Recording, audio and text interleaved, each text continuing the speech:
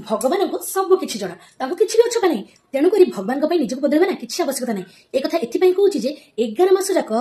आमिष पाटे न बाजिले पेट को दाना न जाऊा लोक ना श्रावण मसरे आमिष छाड़ी कौन पियाज रसुण भी छाड़ी अरुआ अन्न घी डालमा खाऊँ कहीं बाबा पाखक जाकि जलाभिषेक करेंगे। आज्ञा जलाभिषेक करतु किसी असुविधा नहीं भगवान को भक्ति करूँ से असुविधा नहीं कि देखे हूँ कहीं आपण मैंने बाबा पाखक गला बेले ना आग गोटे गोष्ठी तैयारी करती जन जा लोक नवा आम ये गले सुविधा जापर एसबू पर कौन कर गेरुआ रंगर वस्त्र आनी जो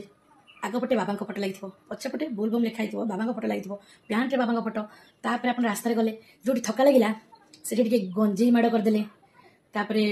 अरुआ डालमा खाऊँ ठीक अच्छे से आलोचना करी पाद को भी कष्ट दौरान बहुत कष्ट हो पाद को जानी आप 3 दिन 4 दिन 5 दिन किए केते दिन चलती ठिकाना नहीं कहीं कही आपको कष्ट देवी क्या कष्ट देवा उद्देश्य मुझे कहूनी मो कह कथा जब बाबा को भक्ति कर हृदय भक्ति कर जलाभिषेक कर तुम मानसिक कर जहाँ इच्छा हो कर देखी ही आउ लोक हसा हुअनी आम ओडिया को ना लोक ना हसिले कारण जो बोलबम यात्रा करके तो जाऊच गंजेई मद खाऊच ता संगे जो फेरुच अभिषेक जलाभिषेक कर सारा बाबा को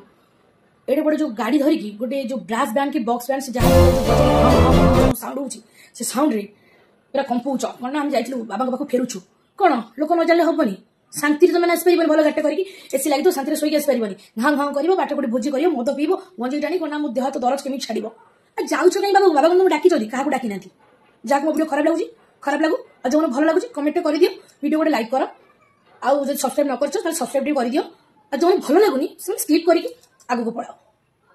कि दया करी प्रभु ना एमती यात्रा करके ओडिया मान लोक हसा कराओनी। धन्यवाद।